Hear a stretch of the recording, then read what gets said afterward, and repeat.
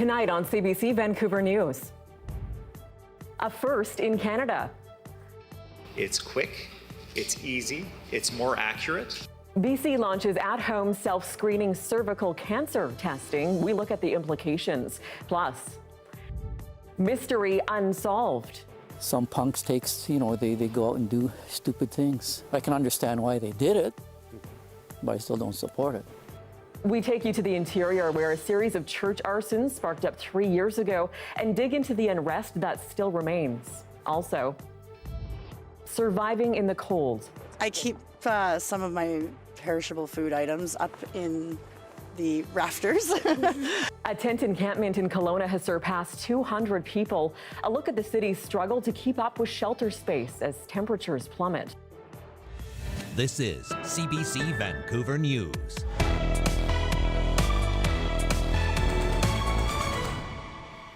Good evening, I'm Tanya Fletcher. Dan is off tonight. The BC government is announcing a new program it says could eliminate cervical cancer. As of January 29th, at-home self-screening kits will be made available. The test detects the human papillomavirus, also known as HPV, and that's the leading cause of cervical cancer. Renee Filipponi has our top story tonight. Tests like this, taken in the comfort of your home, will help British Columbians avoid the stirrups and the often uncomfortable pap smear. This program puts the power to prevent cervical cancer in the hands of ordinary British Columbians.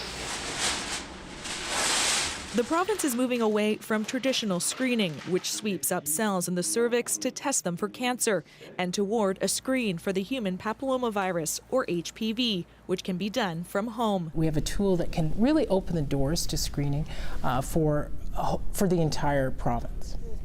This researcher says screening for HPV is much more effective in preventing cervical cancer. It can catch risky strains of the virus early. The vast majority, 70% of all cervical cancers, are caused by the virus. It's more accurate, so it detects those precancerous lesions more accurately. And also, when folks get a negative, we have greater confidence that those women are not going to go on to develop precancer. Doctors say screening more women for HPV alongside vaccines could be a game changer. Now we use liquid-based. PEI is also offering HPV testing, including self-test kits, but they need to be done in a clinic. BC is the first to make them widely available for home use. Really, this is something that most provinces are beginning to look at through pilot programs, and really looking forward to making that transition. So you get this in the mail and you open it, you go through the instructions.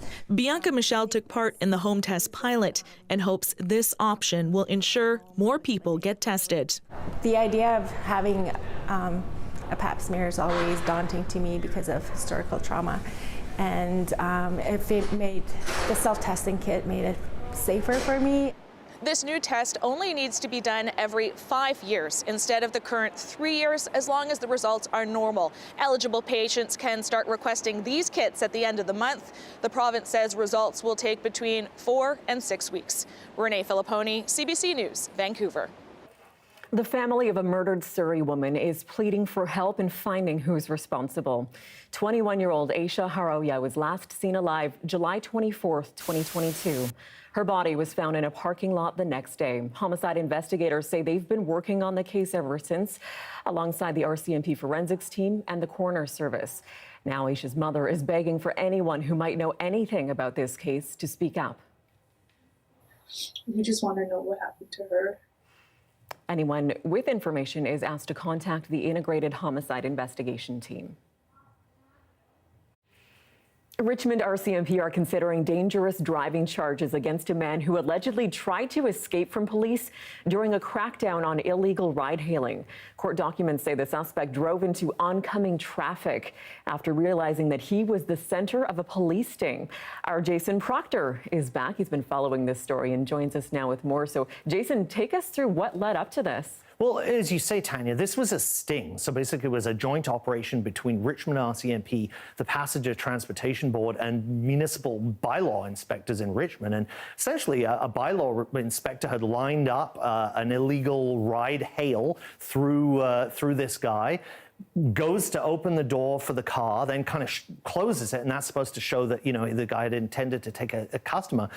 At that point, according to these court documents, the driver realizes he's been busted and takes off. The police kind of step out to try to stop him. But instead of stopping, he allegedly takes off into traffic. And as you can see from this video, he essentially is caught on dash cam later at a nearby intersection, going right through a red light, weaving his way through traffic, which is going back and forth and kind of on his way to safety. And that ends up being the substance for an investigation which is now criminal in nature, as opposed to sort of something along the Motor Vehicle Act, which normally governs things like illegal ride-hailing.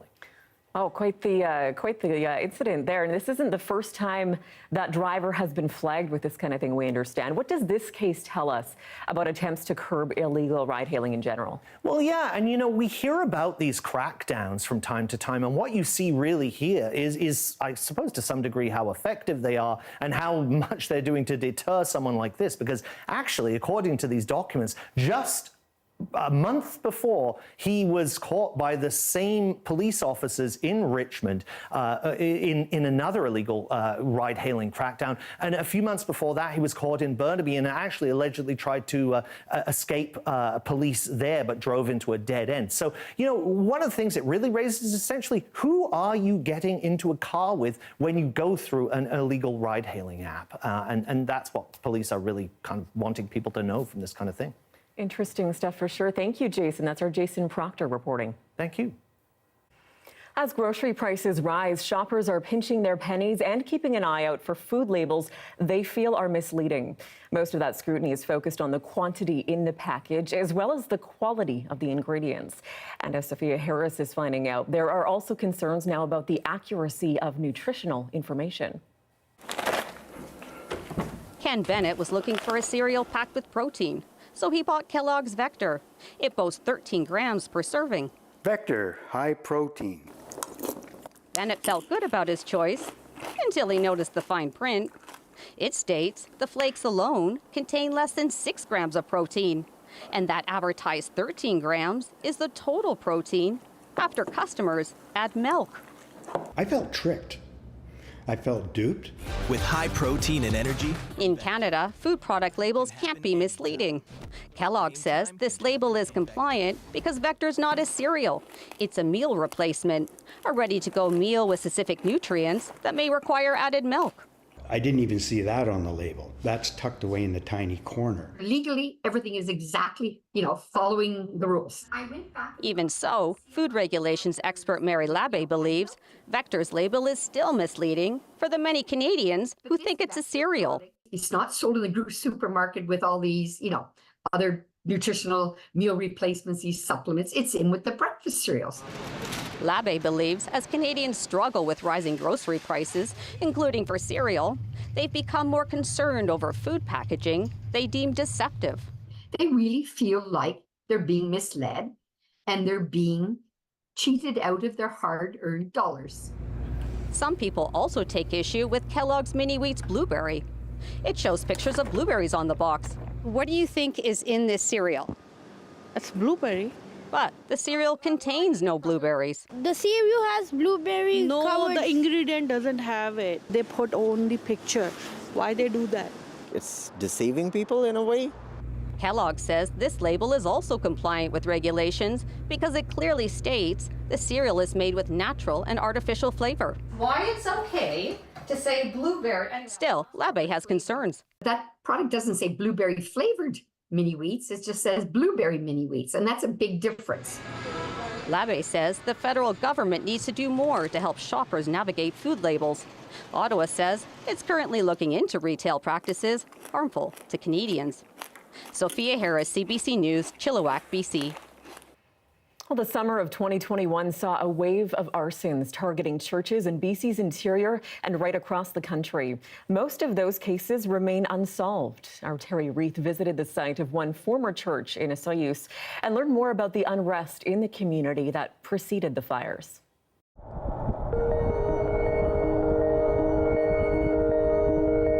All natives were forced to go to church. Colonization, right? we're on a journey to the scene of a crime. I'm with Clarence Louie, the longtime chief of the Osoyoos Indian Band. He's been down this road in BC's southern Okanagan many times, as the history of the Catholic Church here weighs heavily on him. I mean, I'm pissed at the church. I got no respect for the church. That cross has done so much damage. I mean, caused so much grief and killed so many people, not just Native people. There's something he wants to show us. Just the building itself. I'm not talking about the religion or the symbolism of that. It's just an old historic building. This is an amazing sight here. These are bighorn sheep. Past the rolling hills of sagebrush and sheep. This is the one that got burnt down. Oh my goodness. It looks fresh. We come to a clearing. This is what's left of the historic St. Gregory's Catholic Church. Charred rubble, bits of scrap metal, and the cement staircase that once led to the front door. You've walked up these steps a few times as a child? Yeah, I didn't like it. We were forced to come in here. We were heathens, right? We were savages. We had to come in here and have the white man save our souls. That's what we were taught. Built in 1915, this historic church once stood as a gathering place. The church bells would ring on Sundays. There were potluck dinners and celebrations here. But in the summer of 2021, it was burned to the ground. So when I got the call, I wasn't upset. I wasn't teary-eyed or anything. I was upset that some res punks did arson. Whoever did it didn't ask for permission from the rest of the community or the chief and council. They did it under the cover of darkness, and I call that arson. Never found out who did it? Nobody knows who did it. We can guess. I don't think white people came here and burnt this down. I'll just make sure nothing lights on fire. In the early hours of the morning, members of the Penticton Indian Band spotted flames. It was the second church to burn that night. This one in Penticton, just a 1-hour drive away, was the first. Who's to say, you know, there will not be other similar types of incidents? This is where it all started, June 22nd, 2021. In the dark of night, Sacred Heart Church in Penticton went up in flames. Just a few hours later, the church in Osoyoos was burned. Then later that week, 2 more churches in the South Okanagan destroyed by fire. And that was just the start of a series of church fires that have destroyed historic structures right across Canada. We examined media reports, followed up with police, fire, and local authorities. We checked court records to learn the circumstances in each case. Based on our investigation, we found 33 churches in Canada which had been fully lost to fire since May 2021. More than double the number from the previous 2 years, and only 2 were ruled accidental. 9 of the fires led to arson charges, 12 people in total. At least 6 are from the Indigenous communities where the churches were burned. 5 have yet to face trial. A local youth was convicted in this fire on the Kahiwan Cree Nation in Alberta. In other cases, such as this one in Surrey, BC, the arsons were attributed to mental health issues. The RCMP says it found nothing to link any of the fires. The surge in church fires began following the discovery of potential unmarked graves on the site of the former Kamloops residential school. The news stirred up long simmering anger and resentment with the church, particularly in the Indigenous community. Finding these unidentified graves, unidentified bodies in the ground there, of course natives are going to be pissed off. Some punks they go out and do stupid things. I can understand why they did it, but I still don't support it. No matter if this is just a building, it's something that means to everybody in this village. Initially, the churches set ablaze were on Indigenous lands. Church is on fire, completely destroyed. Smaller, sometimes unused, often in remote areas. But that summer, fires erupted in churches big and small throughout Canada. Manitoba, Saskatchewan. then Alberta in a place where the Catholic faith runs deep. Saint Jean-Baptiste Church was an iconic structure in Morinville, Alberta, a town of 10,000, a third of them Catholic. Just before Canada Day 2021, the 117-year-old landmark went up in flames in the middle of the night, igniting outrage. Burning down faith communities, targeting them with these acts of violence and intimidation is not reconciliation. It's not the way forward. It is a dangerous and violent criminal act. So this is from the West version. Ron Cust is a former fire chief and fire investigator. Now he's heading the community's efforts to replace the historic church. The 3 days when I was on site working with the official investigators, the bishop was on site with Father and we were talking about, retrieve the bells so we could potentially use them or send them away to be recast. So we were able to retrieve what we could, but the structure had burned so hot and so intense that I couldn't even find a piece of a pew. Nor could they find an official cause. The fire remains suspicious. No suspects, no arrests, just this big empty lot where the church once stood. At the University of Alberta in Edmonton, Paulina Johnson has been looking into the church fires and why they're happening. I think for many Indigenous peoples, it gives them a voice because for the longest time, Canada hasn't really actually acknowledged us. I am Dr. Paulina Johnson, and I am the Antizin. She's an assistant professor and podcaster. Her work is a deep dive into the injustices faced by Indigenous people and how some fight back. The church fires, they're much more than just arson. It's a greater symbolic kind of narrative of Canada and Canada's relationship to Indigenous peoples, which is really lacking. It's on fire because no one's really addressing the truth of what Indigenous peoples are facing. So it leads to a larger conversation that needs to be had. Back in Morinville, faith remains strong. Parishioners mourned the loss of their church. Now they just want to move on without pointing fingers. We don't know how the incident started, and we don't know who was a part of starting that. And so therefore, why would we single out one part of a community and target them for it? The goal is to rebuild a traditional church and retake its place in the main street of the community, to bring back the bells, which were heard through the town for more than a century. You don't go around and burn stuff down. There's other ways to display your anger and emotions. On the Osoyoos Indian Band, there is no such effort to rebuild. What now with this site? It looks relatively untouched. All we're probably going to do one of these days is get rid of all these ashes and all this debris here and just leave it at that. Chances of us building another church when there's only 3 to 5 churchgoers in this whole community, that's not going to happen. And even if we did build it, the res punks would come and burn it down again, probably. That was the CBC's Terry Reith reporting from Edmonton, and he joins us now for more on this story. Terry, you've been watching this closely for a while now. Have you seen those church fires continue into recent weeks as well?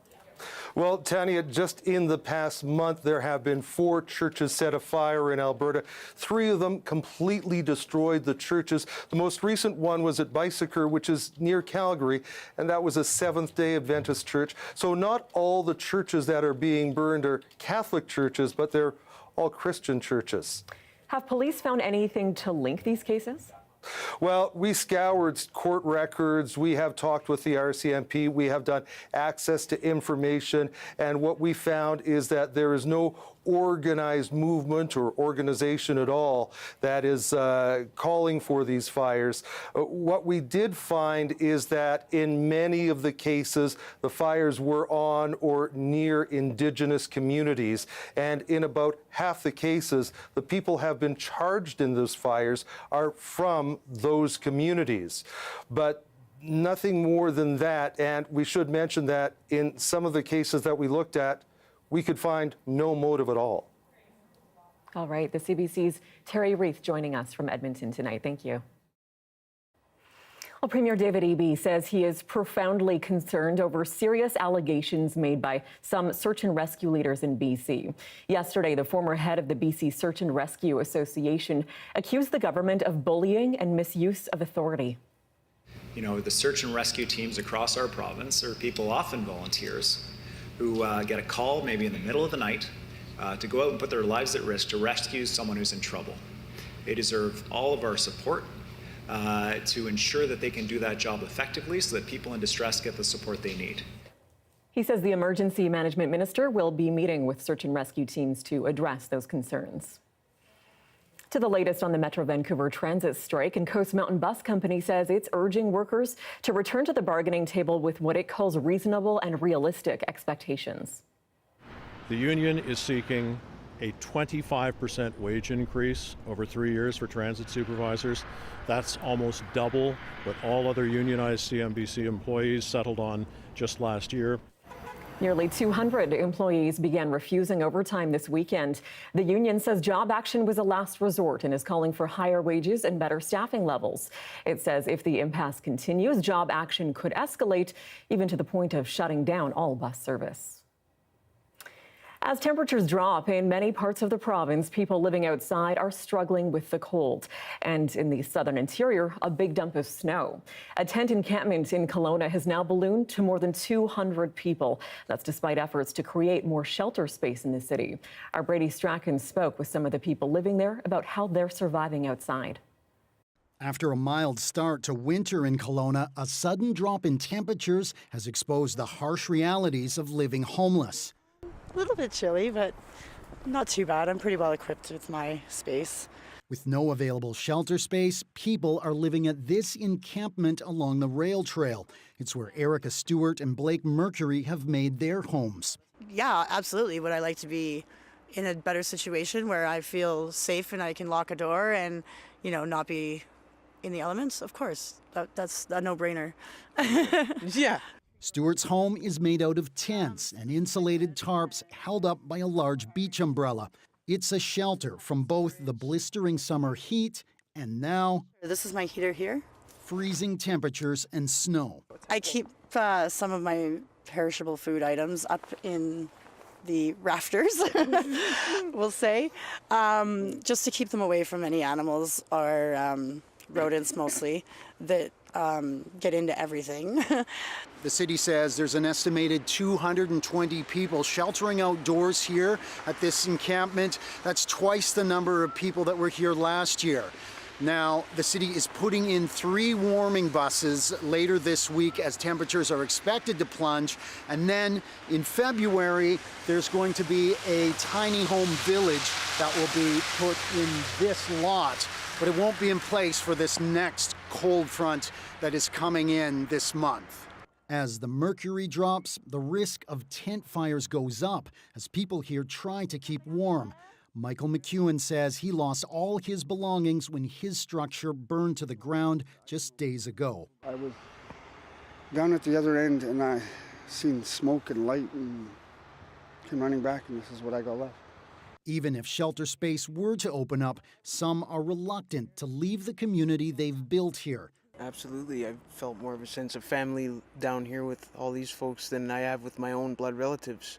You know, like it really is a community thing. As the cold snap approaches, they're preparing to hunker down together. This is where I feel happier and what's better for me.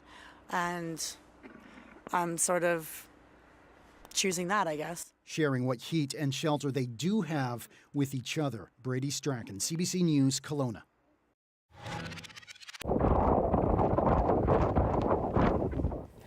Well, this winter storm is hammering Victoria as well, bringing strong winds and high tides.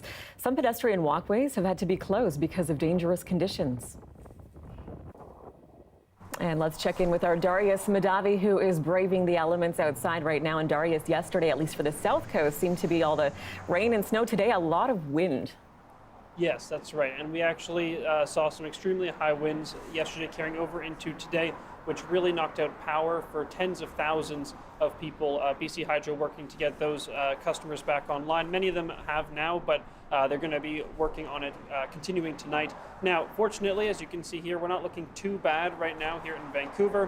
Why am I outside, you might ask then? Well, I'm just trying to enjoy the warmth before the next big cold snap comes. But if we take a look at the radar imagery on the map here, you can see not too much more activity. We're really starting to die out. Temperatures have come up, which means at sea level, not looking like any snow really here in Vancouver and across parts of the island. Mostly looking at rain, where it is still lingering, although here not much. Now, in terms of our weather watches and warnings, you can see that wind warning has come down as winds have started to decrease, but still plenty of snowfall warnings in the interior, as well as winter storm warnings for many of our mountain passes. So be careful of that if you are traveling.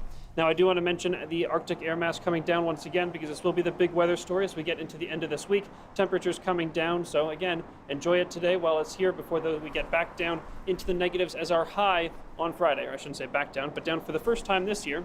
And then as our lows tonight, not looking like too much activity, a bit of snow and rain that's going to tucker itself out tonight for a more calm day tomorrow across the province.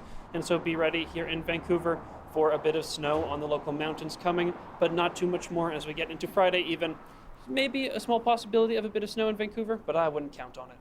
All right, we'll enjoy those warmer temperatures, as you said, while we have them. We'll check back with you later in the show. Thanks, Darius. Thank you. Well, still ahead, more and more British Columbians are going into debt. And up next, advice from an expert about how to handle the mental health impacts of that. It's coming up after the break. Stay with us.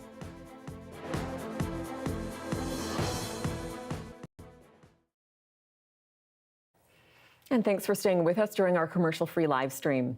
Growing numbers of people arriving to Nova Scotia from India and China are inspiring the opening of new Asian stores in Halifax. In the past few months, new specialty stores that carry products from both countries have opened up in that city. And as Garrett Hampshire tells us, businesses say it's good timing to offer the taste of home. Snacks, spices, teas and treats from India, Bangladesh and Pakistan are on the shelves at Bombay Bazaar in Park Lane Mall.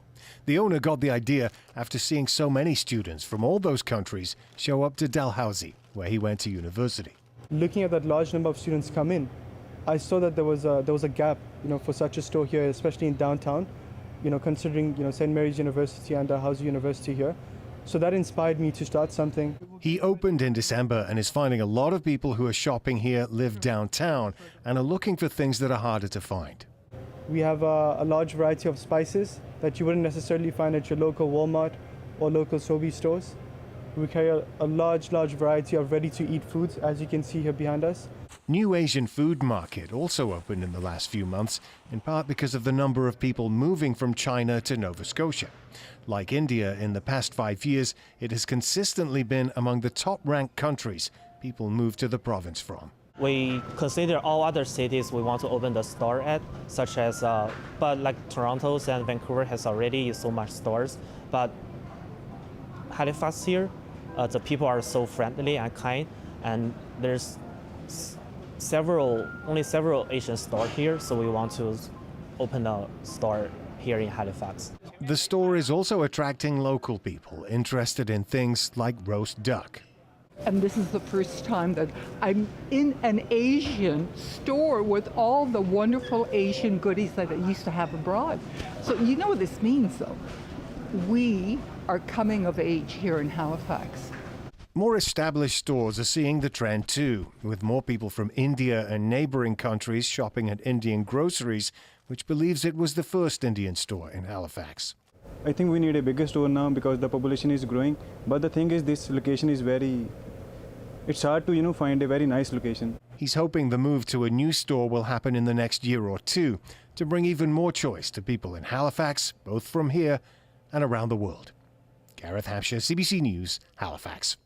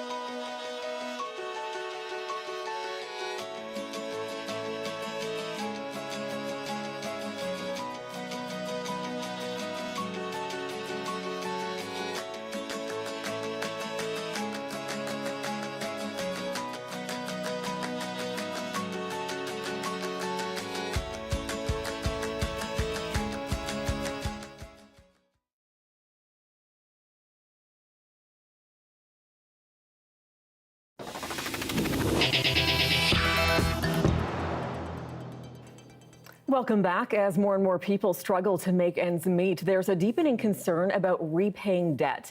That's according to research done by insolvency firm MNP Limited. Linda Paul is a licensed insolvency trustee with MNP Limited, and she joins us live now. Linda, thanks for joining us. We'll get right to it. You work with a range of clients, so take us through who is struggling the most with debt in this province right now. Hi, Tanya. There isn't really one demographic that is worse off than the other. I would say what comes to mind mainly is homeowners, because they're experiencing higher interest rates and they're also experiencing a rise in the cost of living, right? So what we hear from British Columbians really is just the cost of living all around is affecting all of us. So it's people on fixed incomes, maybe receiving pensions, it's homeowners, young families. Essentially, the message is that none of us are immune to financial difficulty, just purely due to the cost of living right now. And I want to ask about that with the affordability crisis having really ramped up in this past year. I mean, are we seeing those two correlate, the timeline? Are we seeing those increase along with those, inflation rates, what have you, the past few months? We are. So we are experiencing a lot of people calling us more so than they did before. I think people tend to hesitate when it comes to getting and asking for help with their debt. So I think we're at a breaking point now and people are starting to make that phone call and see what their options are. So for those who are in that position struggling to repay debt, what are the first steps they should take?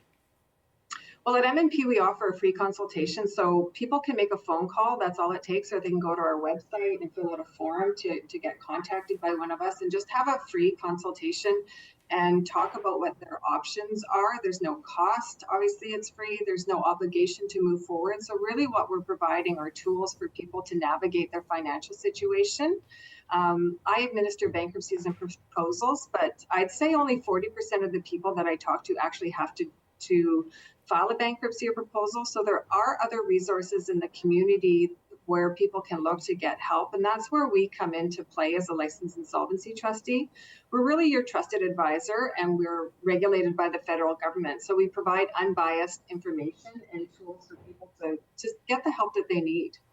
You do check-ins on debt rates every quarter, we understand. So what are some changes you've noticed in how British Columbians are reacting to debt? How is it affecting people? I think the most striking change, or that we've heard lately, or at least last month, because we did a little survey in between October and now, people are feeling really isolated. Debts are really starting to take a toll on our mental health. So roughly 60% of British Columbians are saying that they have stress and anxiety attached to their debt. And another 40% are saying that they are isolating. So they're not going out with friends and families, and they're just kind of distancing themselves, either because they don't have the resources to go out and socialize, or they're just feeling so affected and stressed by what's going on in their financial situation that they don't feel like doing anything. So that to me is the biggest takeaway from the surveys that we've been doing lately. All right, thank you so much for joining us. That's Linda Paul, a licensed insolvency trustee with MNP Limited. Thank you so much. Thank you. Up next, Donald Trump was back in court today for the 2020 election interference case. His lawyers argue his role as sitting president makes him immune from prosecution. Why the judges seem skeptical of that argument. That's coming up next.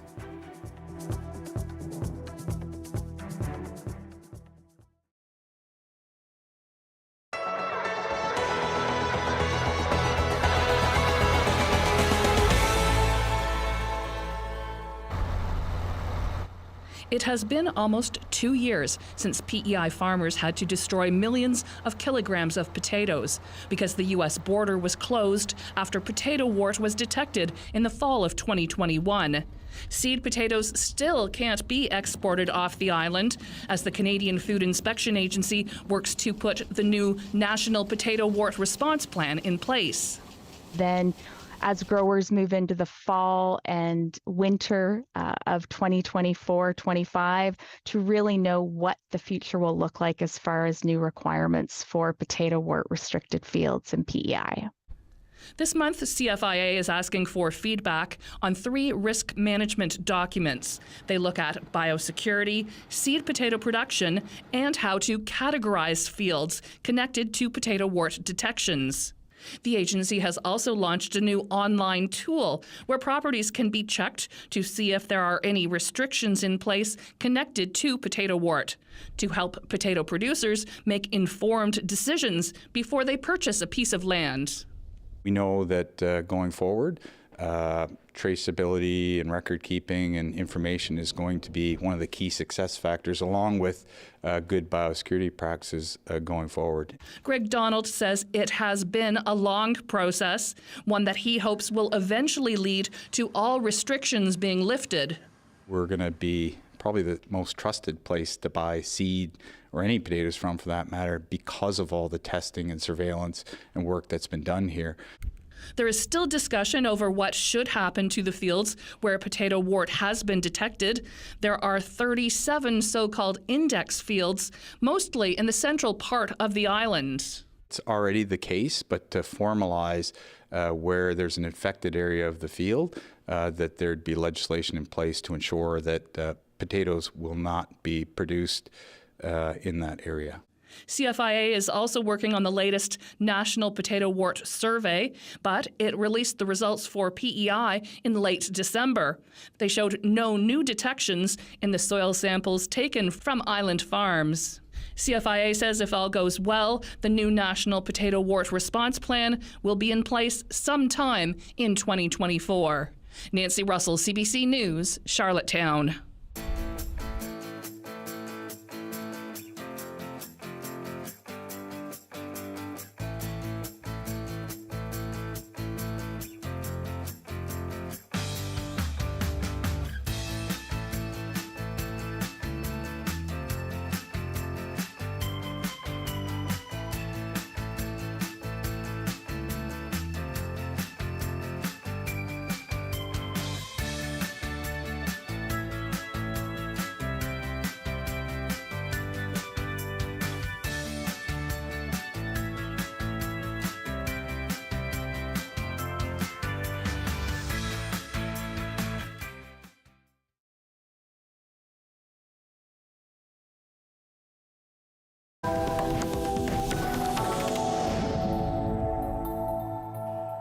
Welcome back to international news now. And former U.S. President Donald Trump was back in court today.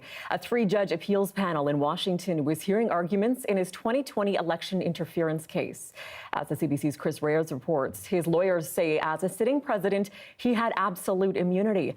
But others say that argument doesn't hold much weight.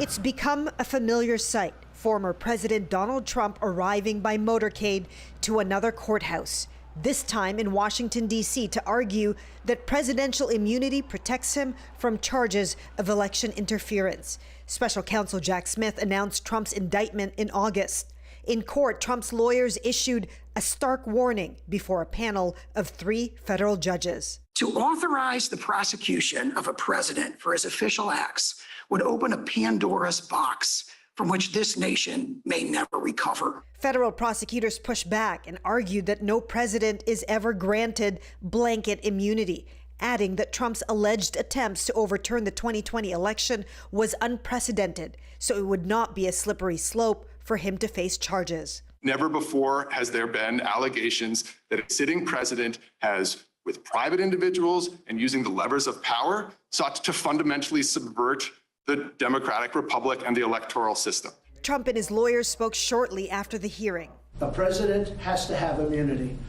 And the other thing is I did nothing wrong. We did nothing wrong. We can't have a country where every 4 years there's a cycle of political recrimination, where one administration attacks a prior administration, when in fact that candidate is leading in the polls and will be the next president of the United States. The 3 judges repeatedly challenged Trump's lawyers on their claim of presidential immunity, citing examples of criminal acts that a president can be held responsible for. What I heard was a 3-judge panel that was very skeptical of the Trump's arguments here, the Trump team's arguments. Until the judges rule, the election interference case remains on hold. The trial is currently scheduled for early March.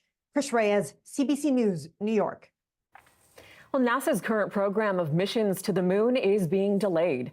Numerous technical problems and concerns for astronaut safety are holding back the project.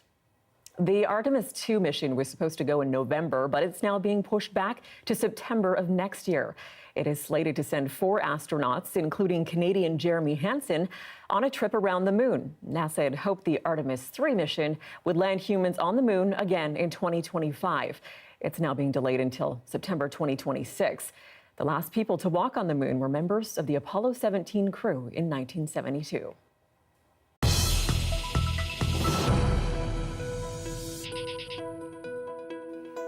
A new study from Dalhousie University suggests artificial intelligence could play a big role in the early detection of skin cancer. Nova Scotia has one of the highest rates of melanoma in Canada. It is the deadliest form of skin cancer and can spread to other parts of the body if left untreated. This research finds many in the province lack access to specialists, but as Andrew Lamb explains, AI could help speed up the screening process. Researchers used an AI system called a photo finder to take images of skin lesions like moles on hundreds of study volunteers and analyzed whether they were cancerous. Researchers used a specialized camera that can see deeper skin structures not visible to the eye. So now we take the more in-depth image of the mole, and this is the image that the photo finder will use. Then the analysis of the lesion can begin. So then we select this image that we just took, and we use the Analyzer Pro function on the photo finder, and this is where the artificial intelligence comes into play. The AI will generate a score indicating whether the lesion is cancerous or not. 4 dermatologists also analyzed each image without knowing the AI result. The ability for the photo finder to be able to pick up and detect skin cancers like melanoma was comparable and adequate to that of experienced dermatologists. According to the study, Nova Scotians lack access to the healthcare providers needed to examine potentially cancerous lesions. AI could improve that. We want to make sure that patients have proper access to this care and that we don't miss melanomas at early stages because it's very curable if caught early. The researchers envisioned the AI system could be distributed to hospitals or cancer care centers. People could book their own appointments. So the entire appointment would only take a few minutes, and you would be able to screen numerous people during the day.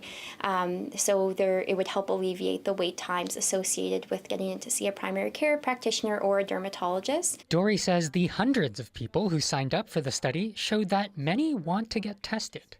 People really are concerned about their skin and want access to be able to know that they don't need to be concerned. Early detection of skin cancers could save the healthcare system money in the future.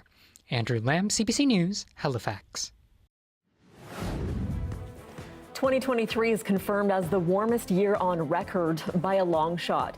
The global average was nearly 1.5 degrees higher than pre-industrial temperatures. Why the past year was a surprise to many climate scientists. Coming up next, stay with us.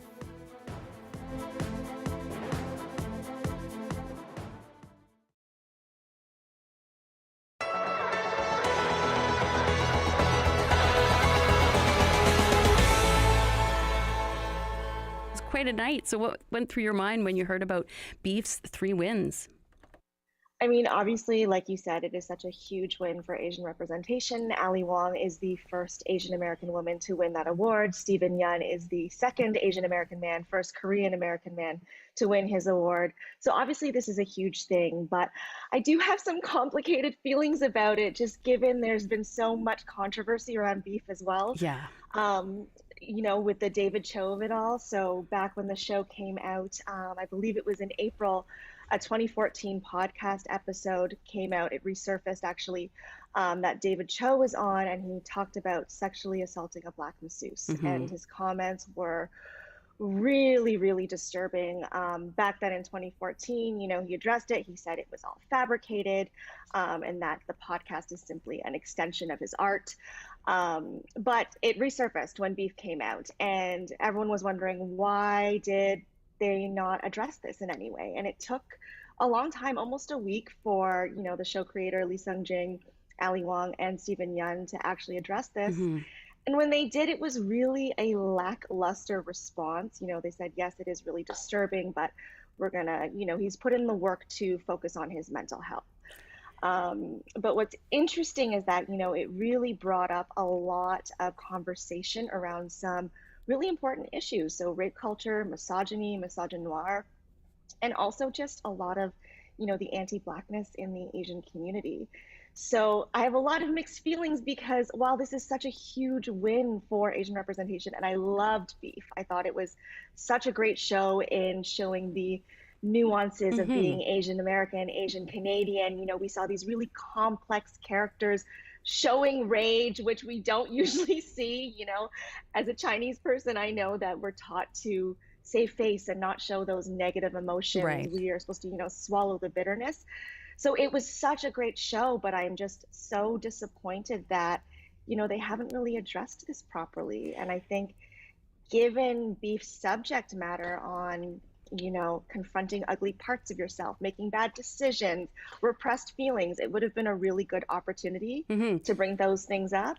And I think that was, I think many people were feeling that Beef was so celebrated for all of those reasons that you've spoken of and was so unique. And then for this to sort of explode and overshadow it, as you said, the two stars and the director, they did address the controversy well over a week after it had first broken. Do you really think that they could have taken a different stand and really sort of moved the conversation forward in a more positive way? Or was this, a case where they just, damned if they do, damned if they don't? I think they're doing the really...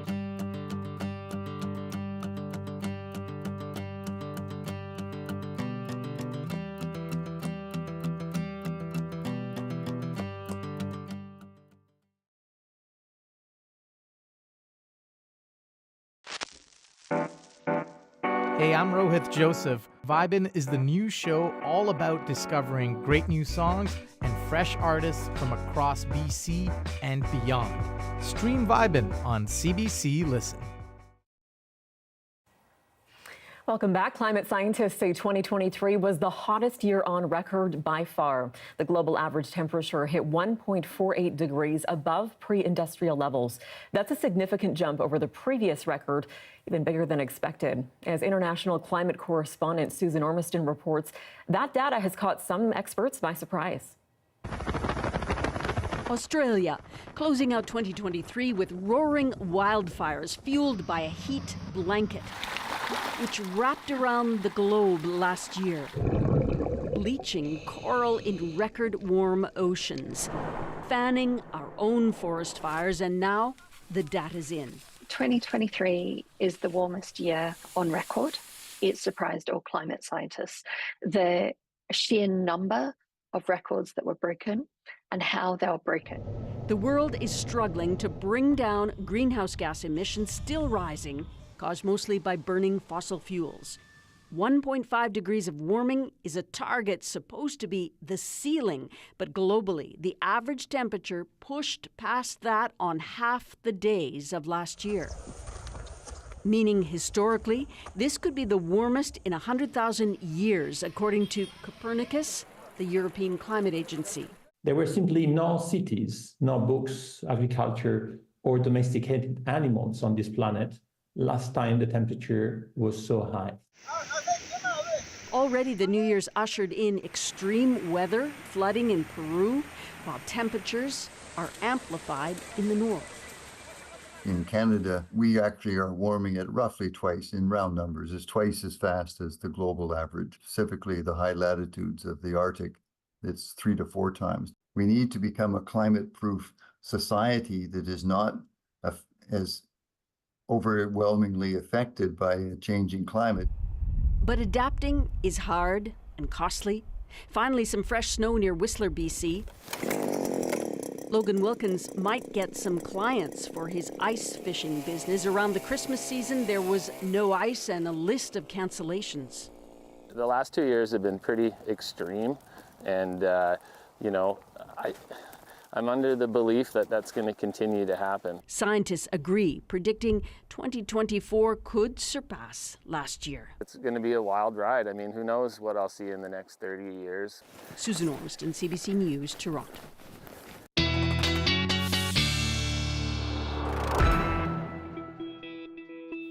Let's bring back our Darius Madavian. Darius, there were signals that it was going to be bad, but perhaps even worse, as Susan said, than many had thought.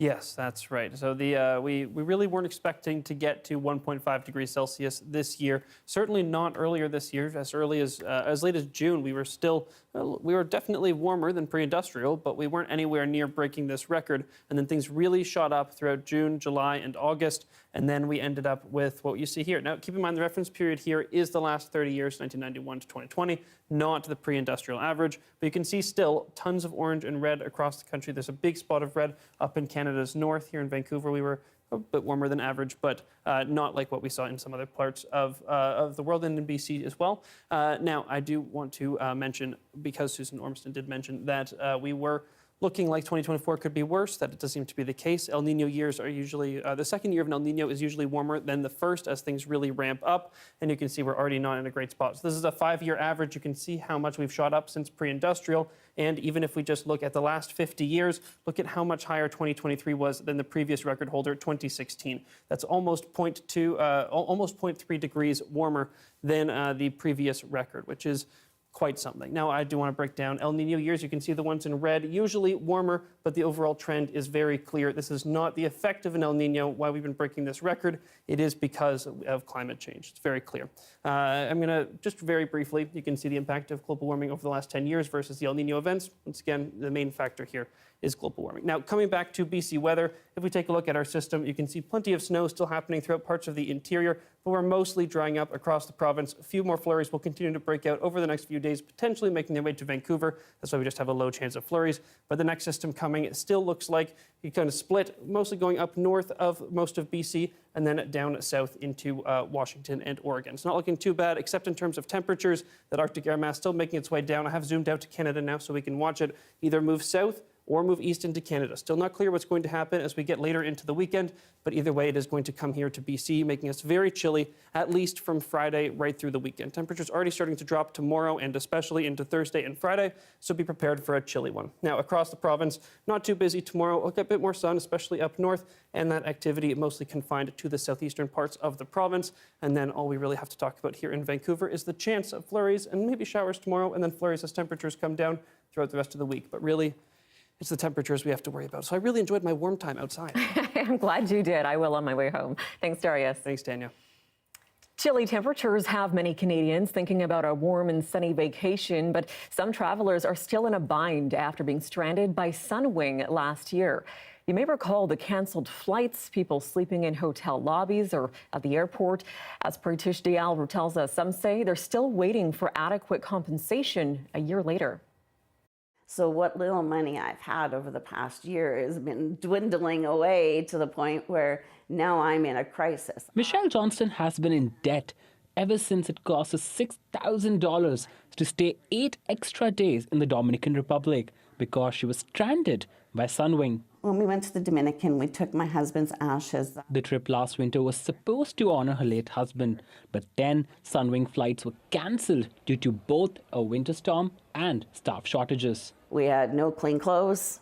I have several health conditions. I had no medication. Sunwing reimbursed her $500, but she says that's inadequate. She had to buy medication, including $1,200 on one prescription, plus $2,000 on food and clothing. Even her dog back in Saskatoon cost her $500 more for extra days at the kennel. The Canadian Transportation Agency, or CTA, says it received more than 1,200 complaints from Sunwing passengers due to flight disruptions. CBC spoke with dozens of Canadians from coast to coast, still waiting for compensation for their out-of-pocket expenses. Like Johnston, most of them received $500 from the airline. Sunwing says it believes all claims for reasonable out-of-pocket expenses with receipts have been covered. Well, I guess their version of reasonable and my version of reasonable are two completely different things. I don't think doing laundry is unreasonable. I don't think it's reasonable to expect people to wear the same clothes for 2 weeks. We got $500 from Sunwing as the compensation, but for reimbursement of our flight ticket, which was a replacement flight ticket, a return flight, we were not compensated at all. But we hadn't received anything additional for the trial and tribulation of like sleeping in the airport. To seek action, experts say passengers can approach the small claims court or the Transportation Agency. But the CTA has a backlog of over 63,000 cases. If you put a claim in last year, you won't get heard for another year.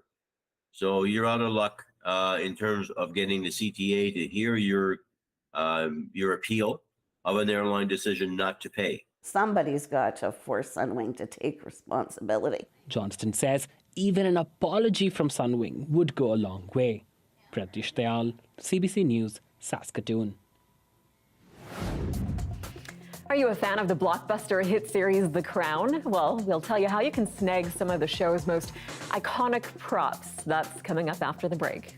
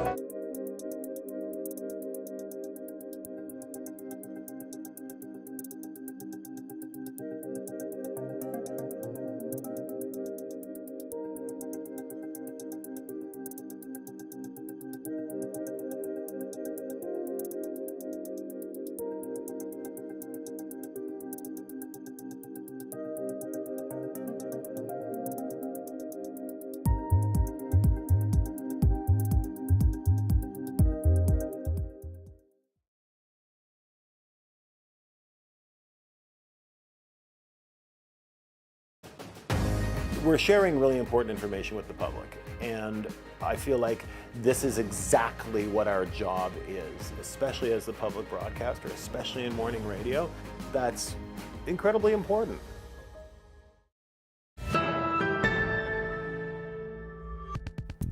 Welcome back. Fans of blockbuster hit series The Crown can now get their hands on some of the show's most iconic props. The production company behind the award-winning show is auctioning off costumes, cars, and dozens of other set pieces.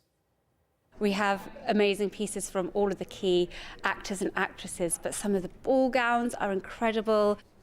The money is going towards a new scholarship for film students. Diana's so-called revenge dress is expected to go for more than $20,000. And her green 1987 XJS Jaguar will also go under the hammer. But the real big ticket item is the world's only Gold State coach replica, seen in seasons 3 and 6. That's expected to net up to $85,000. There's still lots of time to make your bid for hundreds of items. The auction runs from January 11th to February 8th. Who doesn't want to spend $85,000 on a carriage? If I had $85,000, maybe. Wouldn't spend it on that. Okay. Thanks for being with us tonight on CBC Vancouver News at 6. You can watch our show anytime online, cbc.ca/BC, as well as CBC Gem, our free app, and YouTube as well. We'll have your next local news here at 11 o'clock, right after the National. Good night. Good night.